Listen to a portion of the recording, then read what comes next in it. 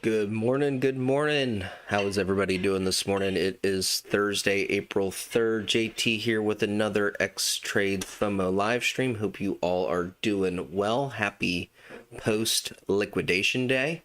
Uh, hope you all were paying attention to some of the stuff we were putting out there kind of in preparation for what we saw yesterday. What's up, Navy Plum? Good morning to you. Let me make sure I got all my stuff squared away. I know I got to get my stream going for the Discord side of things. Everything looks good over on YouTube. We've got, I don't know where that random, it's probably drawn on a different time frame. Random little arrow there.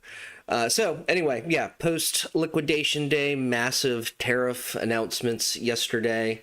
Are we seeing an overreaction yesterday? No, I don't think we're seeing an overreaction at all. I think that this is going to get, things are going to get pretty ugly for a while. I mean, I don't really have a nicer way of putting it.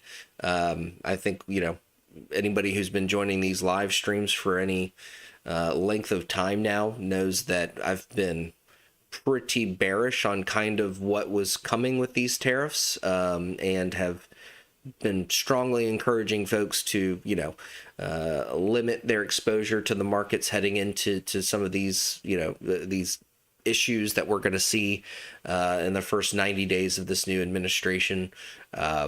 It's been a whirlwind. I think that's really kind of culminated in what we saw yesterday. I think the markets, I think a lot of people, I've witnessed it. I've seen a lot of people and heard a lot of people say, oh, the tariffs are priced in, blah, blah, blah. I guess is probably the best way to finish that sentence. And I think, a couple of things. One, if tariffs were priced in, they were priced in around, perhaps 10%.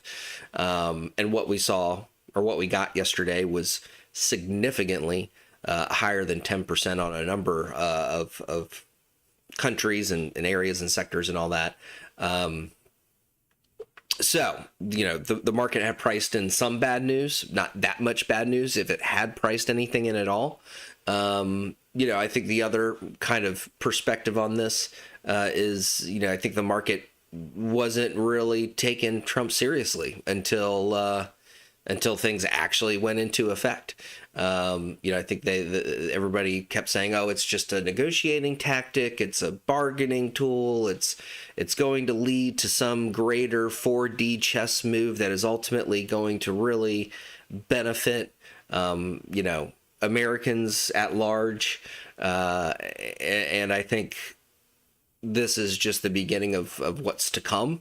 I don't think that there's a lot of focus on things that are really effective and actually move the needle in the right direction for Americans at large. So that's just my personal opinion with kind of skirting the edge of politics there while trying to keep politics out of these discussions. But they do play a factor, and last night probably the greatest example I could possibly ask for, with the tariff announcements and kind of how that reaction played out. So no, I do not think this is an overreaction. I think it could probably get worse before it gets better. You've seen, again, I kind of am just picking back up on some of the news cycles. I kind of took last night off to celebrate a little bit and just kind of relax, now that is in the rear view. And my thesis leading up to this has been, I think, bang on all the way through, and even our technical analysis, right? So, we were talking about the importance of this 55.61 level going back to the, early March, saying that level needs to hold. That would be a great spot for us to bounce.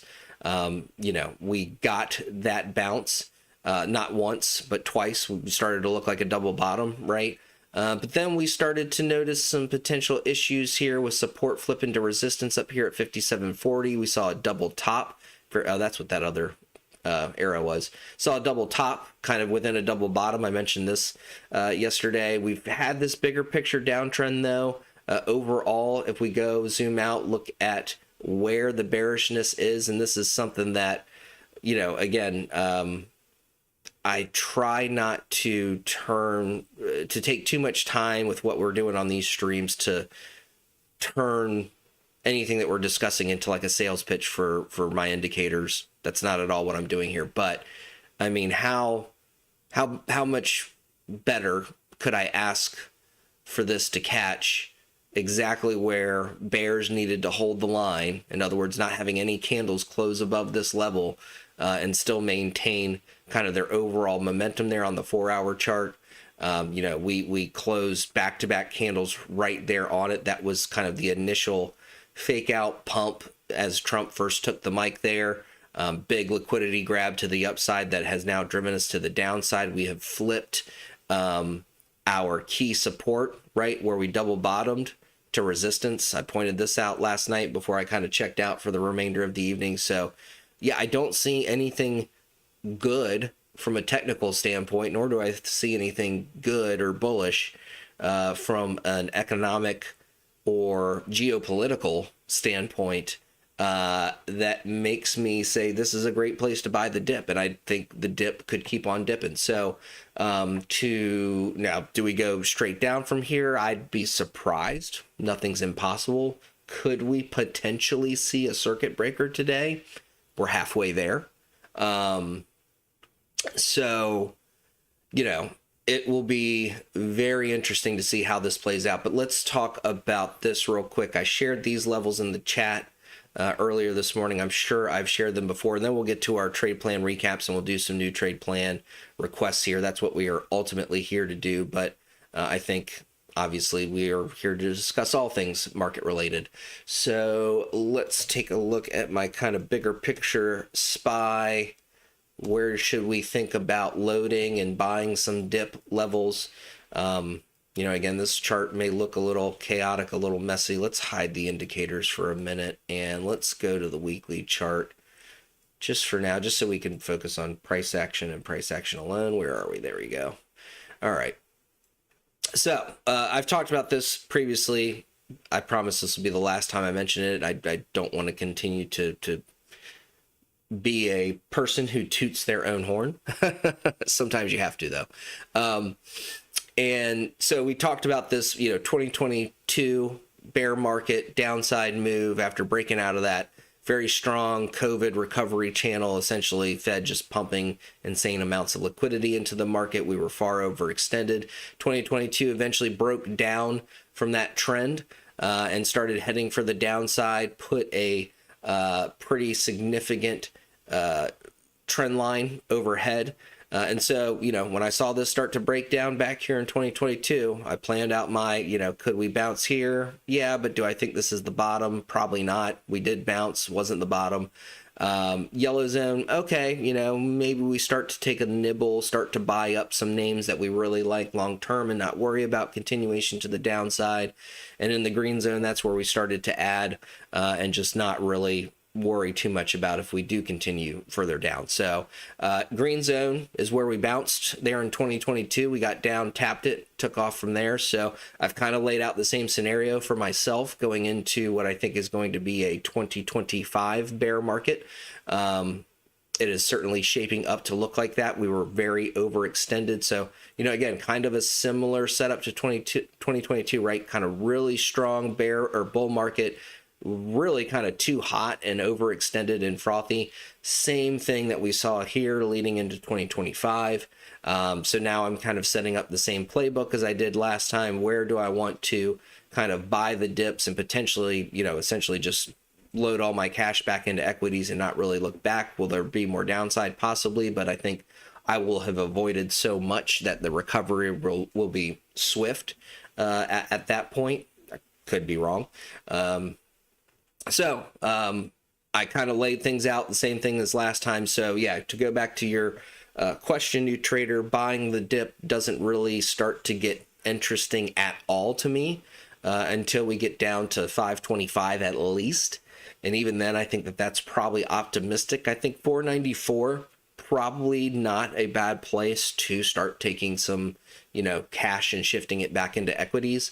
And once we get down to about that 460 level or, 478 to 460 level, just buy any names that you like long term, and stick to it. Make sure that you got some good analysis or background on those companies if you're going to just buy and hold and not worry about it, because you don't want to then find out that they, have been cooking their books or something like that. So make sure you're buying names that you think are going to be around for forever and going to be important names with regards to, the growth of the planet, I would say. That those would be the names that, you start to just scoop up shares and never look back. So those are my sort of buy the dip zones, if you will. We're not there yet. We did see a little bit of an attempt to bounce here, and this zone probably looks a little bit better on the 24-hour chart. Not that I am trying to make these suit my purposes, but we can also kind of see where we did dip down to the bottom. We tried to bounce a little bit, but now we're clearly breaking down. And this morning, again, kind of rapidly breaking down. So anyway, that's kind of how things look to me, markets in general. Again, ES levels to watch. We've already tapped some of these downside levels. I think we laid these out and talked about these on Tuesday's live stream. So we already tapped kind of PT2 for downside there with that initial move down yesterday. Right after futures open post Trump's tariff announcement, we shot right down to that 54.78.75 level, bounced, caught our resistance, former support, now resistance. So again, this looking super bearish and looking for continuation to the downside. Probably another retest of 54.78.75. But it'll be interesting to see when that happens. Could happen shortly after open if bears have a lot of conviction or are willing to hold, but with as strong as we pulled back yesterday and with as deep red as the markets are this morning, I don't know what other people who took bearish positions or puts going into that announcement yesterday are going to do. But I personally am going to scale out heavily. I'm not going to be greedy. I'll definitely hold a couple of runners, but these are looking, a lot of my contracts are looking like they're going to be, 7 to 10x.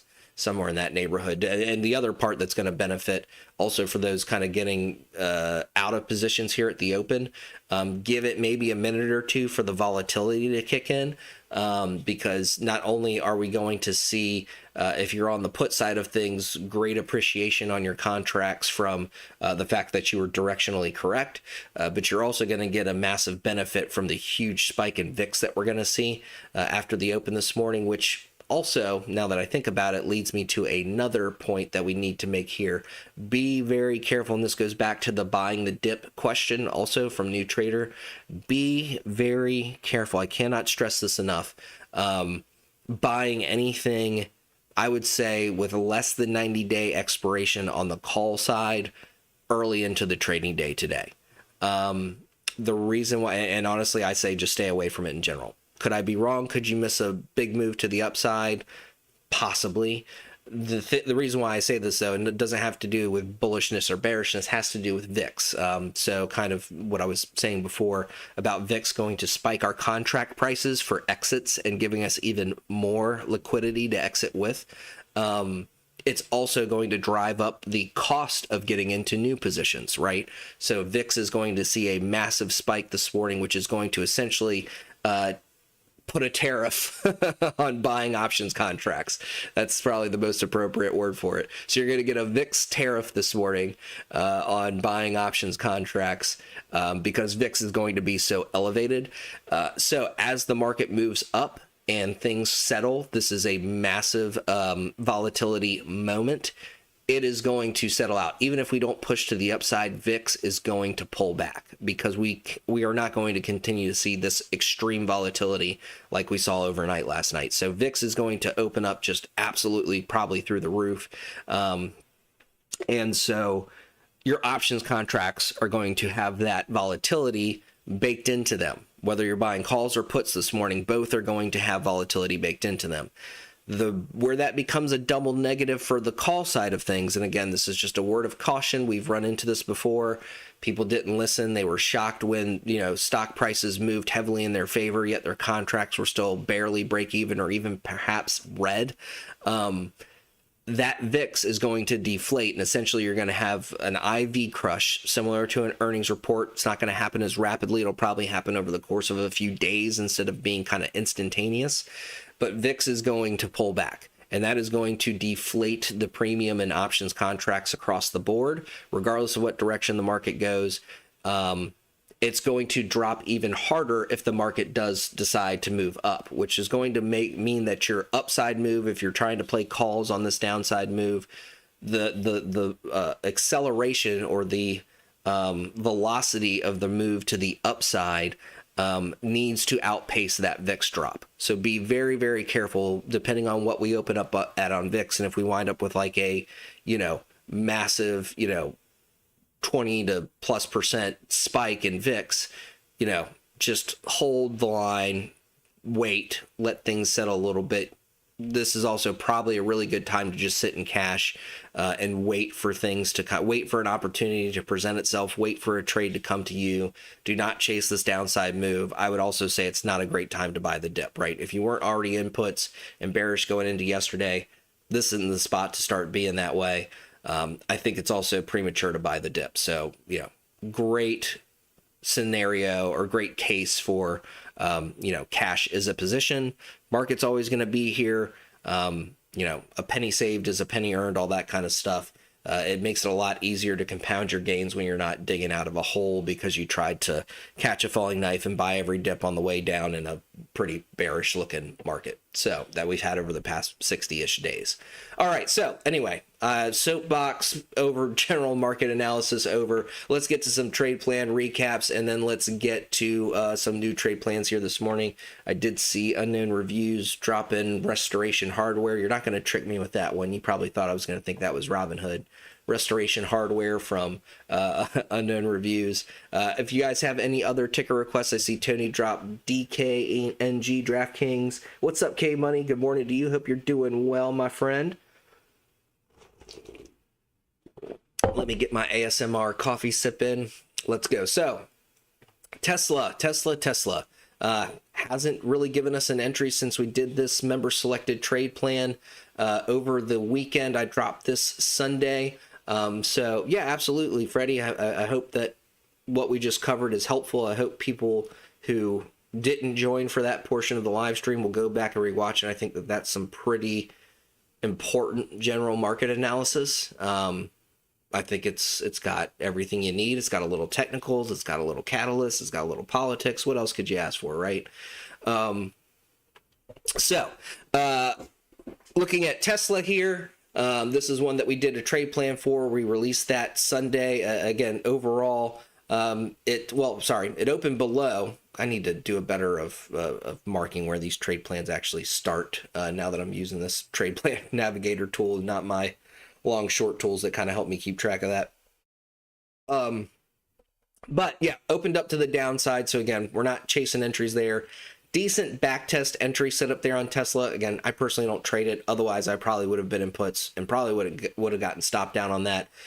Did hit install there at the stop loss average down. That would have also been a pretty good entry for downside, generally speaking. Also one that ultimately would have resulted in a loss.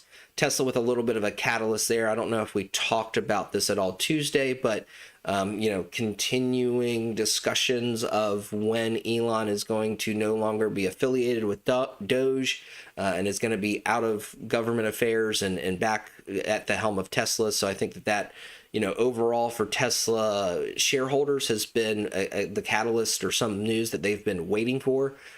Ultimately, though, that didn't really hold, and I think there's even been some pushback on whether or not that's actually true. Again, it's very hard to keep track of what's real and what's not coming out of the current administration. So, I say this all the time, stay nimble, keep your heads on a swivel. Ever since then, though, with that, kind of early dip there Monday, our call and put levels of hold. In fact, we ran the gamut between them yesterday, but nothing has really broken either way. Personally, I'd be looking for Tesla to break to the downside and continue lower. I think that there's a lot of concern even after Elon steps down. Has he done enough reputational damage to his name and the Tesla brand by virtue of what he's done with Doge that he is now a liability? I think I even saw some rumblings about the board of Tesla is starting to put together a request to have him step down from leadership at Tesla. Obviously, he would still have a role, but he wouldn't be the face of the company or the CEO or anything like that. So anyway, Tesla's got a lot of insanity going on around it. It almost always does, but even more than usual, I would say.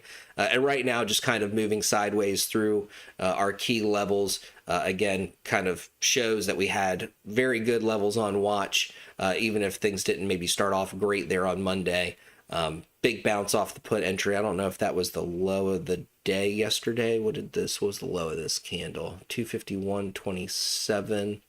What were we at? 251.67. So very close to bang on there. And then, obviously ran right up, gave a little bit of a fake out there, but ultimately rejected that call entry there after hours anyway. So Tesla in the middle of things, looks like it could break down to the downside of this ascending trend line. It's done this a couple of times though and didn't get follow through. The trend line's valid, so I'm not sure why we didn't get follow through, but again, Tesla's just one of those ones that's less predictable, which is why it's highly volatile, highly expensive options contracts, and can be a lot of profit or a lot of loss in a very short amount of time. All right, Boeing, this one has been nothing but downside, and has been beautiful downside action since breaking down below. I need to start remembering to put these vertical lines in. Let's see. So this plan started here. There we go. Right about there-ish. That's good enough.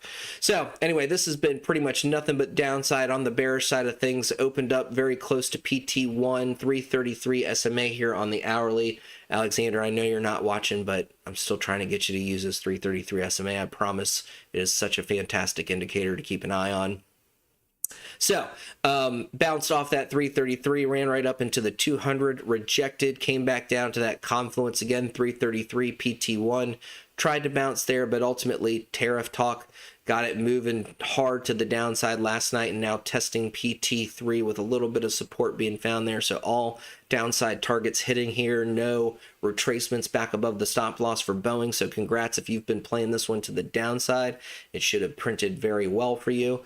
Chipotle, this is another one. It's given us some good looks to the upside there, but got hit with that tariff news that is, kind of really disrupted the momentum it had moving to the upside and trying to get us up to PT1. So, again, hopefully people were cautious and knew that essentially last night was earnings report for the market and did not leave themselves overexposed, or if you had green, if you were in profits on upside positions, were willing to go ahead and take those profits and kind of sit back and watch your hedges and see what those do. Coin, this one gave us a nice spike, got very close to PT1, 200 SMA. Is that close enough? Let's see, was the high of that candle 187.10? Yeah, I want that to be closer to say we hit our price target. I expected this gap to fill. Looks like it kind of more topped out right at this previous pre-market high there from last Friday. So maybe I was a little too aggressive there on my upside target. Ultimately pulling back, testing the put entry here pre-market. Again, kind of big pullback with everything else in the market after liquidation day yesterday. Rocket Lab is one that we did on Tuesday's live stream. I don't know why my trade plan pilot isn't in the right spot. Let's fix this real quick. Sorry about that. Whoops. 74, average down 1922, 1744, 1624, 1464, 1288, and 1842. No shared stop loss, average down. Wait, 18, yeah, right, 1744, 16, that looks good. Why? There we go. Sorry, I was just taking the indicator a second to catch up there. I was like, why does it look like stop loss is still wrong? Rocket Lab, this one hasn't given us a break either way since we've done this plan. Still looking for a break potentially below 1842. Neptune hourly chart catching these rejections beautifully. We talked about that 4-hour resistance, key selling pressure there on ES. Here we see it on the hourly on Rocket Lab. Again, trying to hold 1842 support, or else we're going to break down and see some downside targets. Lulu, this one was for unknown reviews from Tuesday's live stream. I think, right? No, this was last Thursday's live stream. My bad. This one has absolutely played out to the downside and more than we could have ever asked for. So unknown reviews. Hope you did well there. And actually, Foodie Fever also wants to take a look at Lulu. But looking like lots of downside here on Lulu. Let's see if we can circle back to that one for you, Foodie Fever.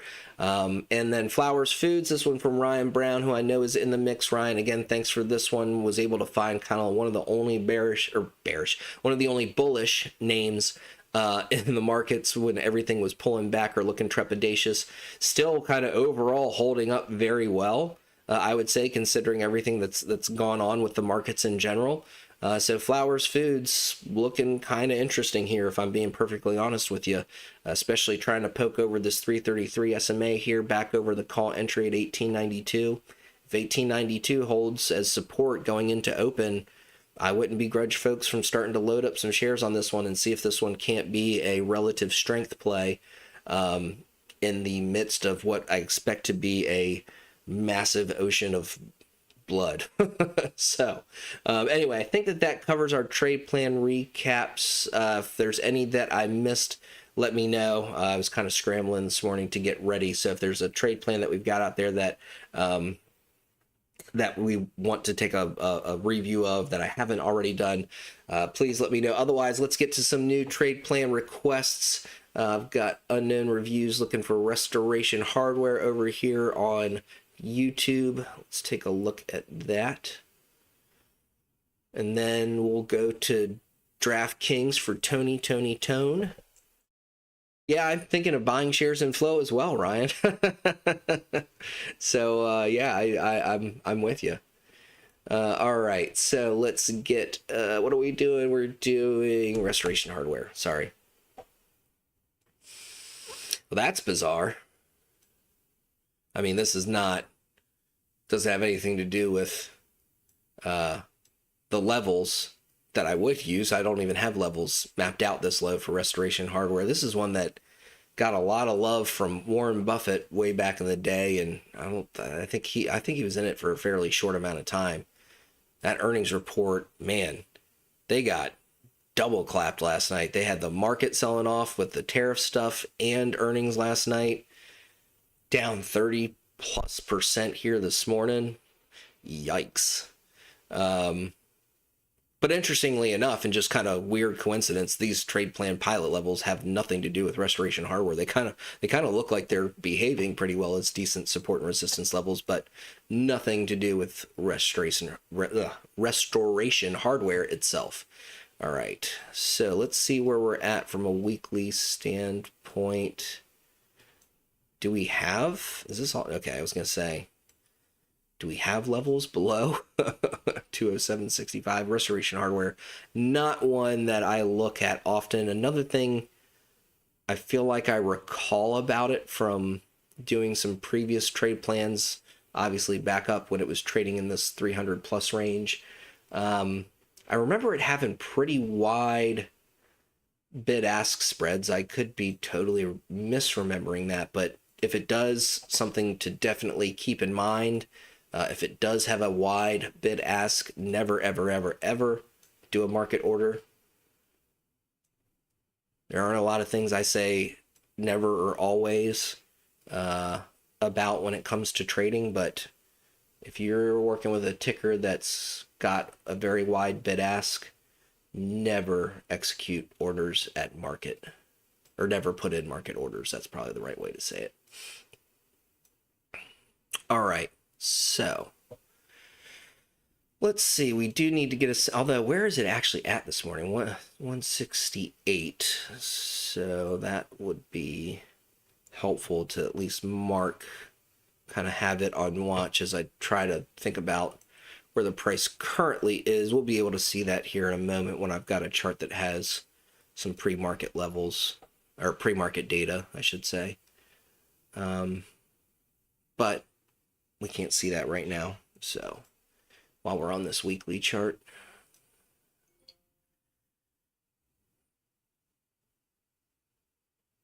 all right. Where is the support on restoration hardware?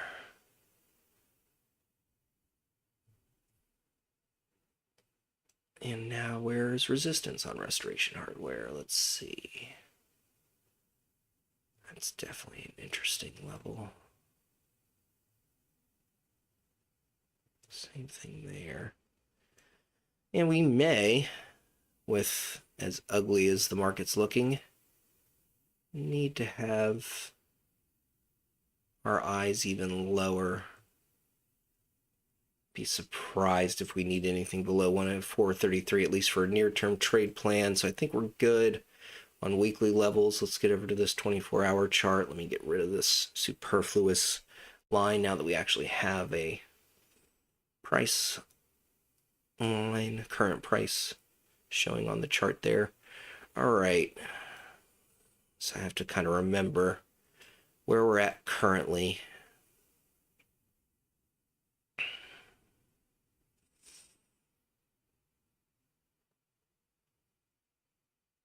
This weekly level could be just a tad higher. And if we do push it up to right about, come on, move. There we go. Right about there. I think this is not a bad spot to potentially look at calls. I know it's a ways away, but there is all kinds of problems for continuation to the upside until it can get over that 193.76 level, in my opinion. So the other question we have then is there a good daily level that we can use to backstop this play with a good stop loss average down? Yeah, I like this 181.57 level. And if we set that up as our stop loss average down, I do like this first weekly level we have here overhead as a PT1. We'll fill in some more blanks as we go here, but just kind of had those levels already sticking out there, so I wanted to go ahead and get that upside trade plan moving. Interesting gap followed by a really tough rejection there. Yeah, that's got some price history on it too.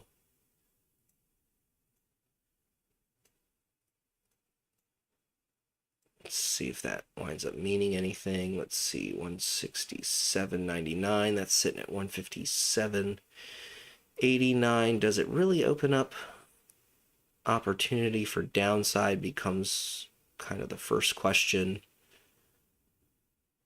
I think it does, actually. I think it does open up room. There is a daily level down here at 138.76. I think it could test that low below 157.89. There is a daily level, yeah, right about here, that we'll want to use as a stop loss for this. Let me hide these indicators for just a second so I can see these candles without any interference. Yeah, I like PT2 taking us down to 118.93.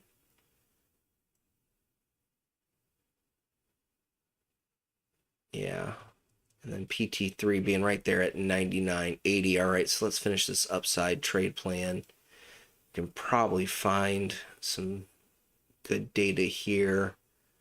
Potential for PT1 to actually be a little bit higher, but in the current market conditions, I say be more aggressive about taking profit on any upside trades.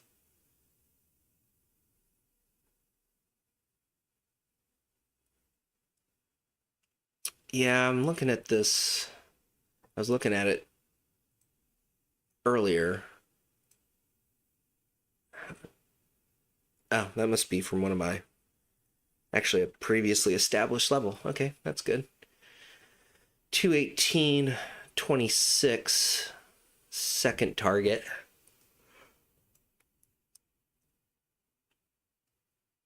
This weekly level is probably just a tad lower. And also where I would go ahead and take the rest of my profits, to be perfectly honest. So kind of tight price targets to the upside. But I think that that's very much warranted given the, again, current state of things with the markets and current state of things with Restoration Hardware. So let's talk through this real quick. Let's get our trade plan navigator set up.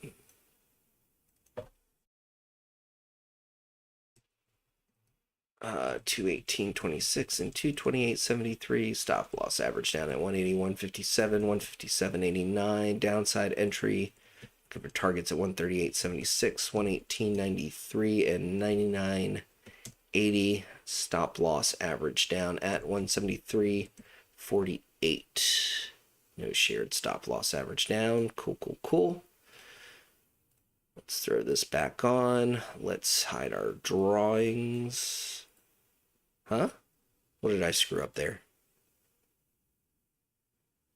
What? That's very weird. Hang on, let's try this again. Those lines should be shifting with those fills. I don't know why. Let's do this. Let me go ahead and lock in this template first. Thursday live stream plan 1. Remember symbol. Yes, let's replace. Let's save and reload this tab. Let's see if it's just a trading view glitch. It's still doing that. That is bizarre. I'll have to figure out why. Those are all at the right levels there. Those are right levels there. Put stop. Sorry, I'm getting a little in the weeds with things. Or the fills. No, those are probably the right. No, those aren't the right levels. That's weird. Sorry.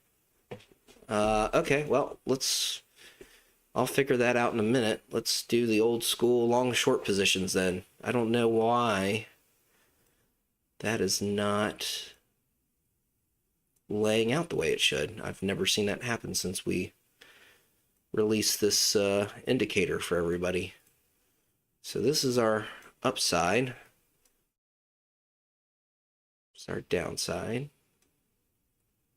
Let me just double check my numbers again, make sure I'm not call entry 193.76, 207, 2018, 228. Yep, that all looks good. Those are all good levels. I don't know why those lines aren't charting correctly. That's very strange. The fills are, but the lines aren't. The labels are, but the lines aren't. That shouldn't be possible. Okay, anyway, sorry. I'm getting very into the weeds there, so I'm going to post this. I'll see if I can't figure out what's going on with this indicator, and I'll repost it. I also need to get that working for our alerts to get set up, so anyway, my apologies. I'll figure out what's going on there. I think that's something on TradingView side of things. I can't see any reason why it wouldn't be. I mean, it's working fine over here, so why is it not working here? I do not know. Let's just see real quick. We'll reload this Tesla chart. Yeah, works fine there. I don't know. TradingView being weird this morning, so we'll deal with it.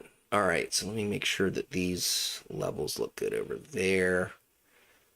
All right, so sorry about that, folks. We'll figure it out, though. Something on TradingView side, I think. Here's our Restoration Hardware live stream plan. I have time to maybe get one more in. I think the overall market analysis. Seriously, can you please check some serious tickers like SPY, QQQ? We just spent the first 15 to 20 minutes talking about SPY and ES, Real Traveler, so Sorry if you weren't here in time, but we did cover it. So go back and watch the replay. It's probably the best info I can give you. So, and then if you're in the Xtrades Discord, I share a daily SPY plan every day, constantly share analysis throughout the day. That's the best place to get real-time insights on what's going on with SPY, at least if you want them from me, is to join the Xtrades Discord community. So, with that being said, yeah, no problem. There is a replay available on YouTube, so go back and watch that. You're going to get some really good info on my take on ES and SPY there. We've got some very important buy the dip levels and all that sort of stuff, so... yeah, go take a look at this once the replay is available on YouTube. Watch the first 10 or 15 minutes of it. That'll give you tons of info, I think, that you're looking for probably. All right, so what are we looking for here on Restoration Hardware? We're looking for a break above 193.76. That should bring targets at 207.65, 218.26, and 228.73. The stop loss average down at 181.57. Downside, we're looking for a break below 157.89. That should bring targets at 138.76, 118.93, and 99.80 with a stop loss average down at 173.48. Give yourself plenty of time on your contracts. Be careful. That's all I can say. All right.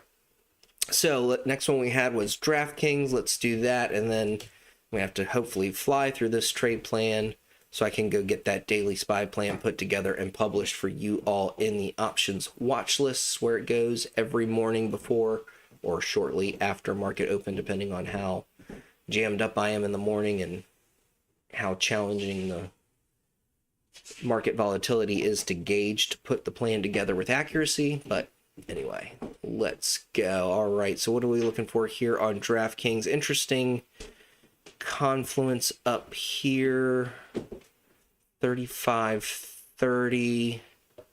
Got support and resistance flipping right there on the hourly. Also kind of gives us a nice confluence with NTS there, but let's see. We've got about 3 minutes to try to figure this out. I don't want to go marking a level off of a one-time support and resistance flip, so I'm just trying to get a little bit of a baseline or foundation for putting a level here. I think we are actually good to do that. I think that that's going to make for a good... Oh, it's actually a little bit higher than I thought.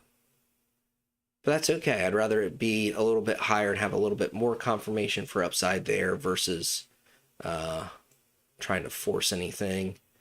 All right, so if we can break over 35.79, it's an interesting confluence up here currently.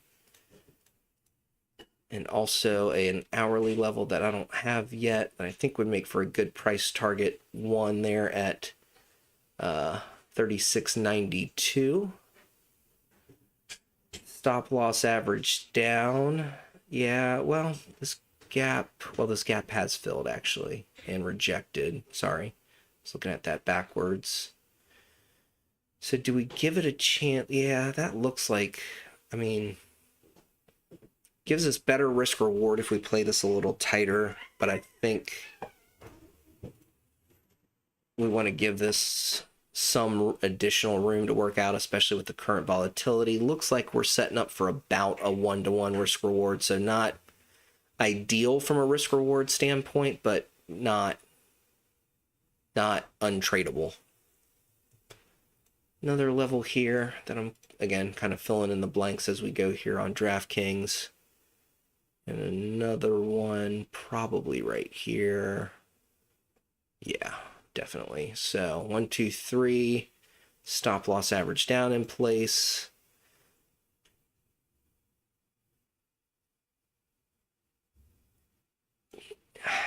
Sorry, I'm looking at this. I mean, there's potential earlier entries, but I don't know. I don't want to go putting anybody in a bull trap, so I'm going to leave this where it is. It's you got to be patient, wait for that upside to truly confirm before we go getting after and chasing. Well, not chasing. Chasing's the wrong word. Waiting for those setups to come to us. Sorry. Yeah, I like this. I was kind of looking at this 3165, but 3137. I'm thinking uh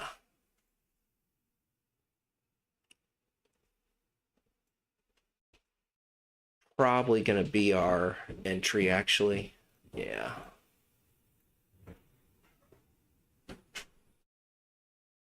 So kind of a wide berth here on DraftKings, but below,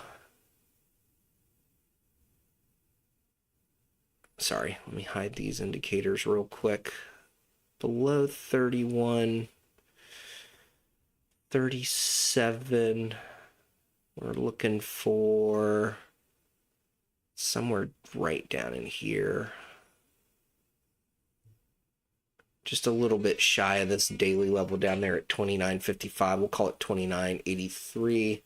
I like as a first price target. Second target could be this 27.56. Let's see if we can get some better confirmation on that, though.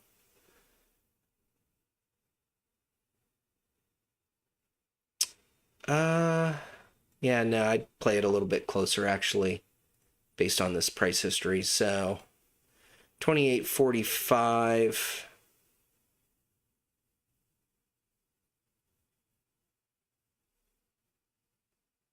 Yeah, there's could go a little bit lower, but again, let's not get greedy. 27.16. We've got another level there that I like as a third price target, and stop loss average down. Yeah, this is the level I was eyeballing. It could be that this daily level has shifted some. I'll zoom out and take a look at that later. All right, let's see if our trade plan pilot works on this chart and doesn't do weird, dumb shit like it just did a minute ago. 36.92, 38.09, and 39.31 with a stop loss average at 34.63. Put entry down there at 31.65, 29.83, 28.45, and 27.16. Stop loss average at 32.79, I believe that is. All right. Yeah, works fine here. I don't know why that Restoration Hardware chart. Yeah, like I said, probably just some weird trading view. No lines at all here. Or are they still stuck at that? What in the world? Why are those lines not shifting?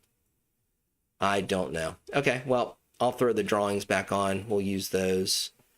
Yeah, I'm not really sure why those lines aren't adjusting. That's very, very weird. I'll figure it out later, though. All right. So let me make some slight adjustments to this, and I'll have to figure out the rest later. Whoops, X offset's fine. Y offset, we want to shift a little bit.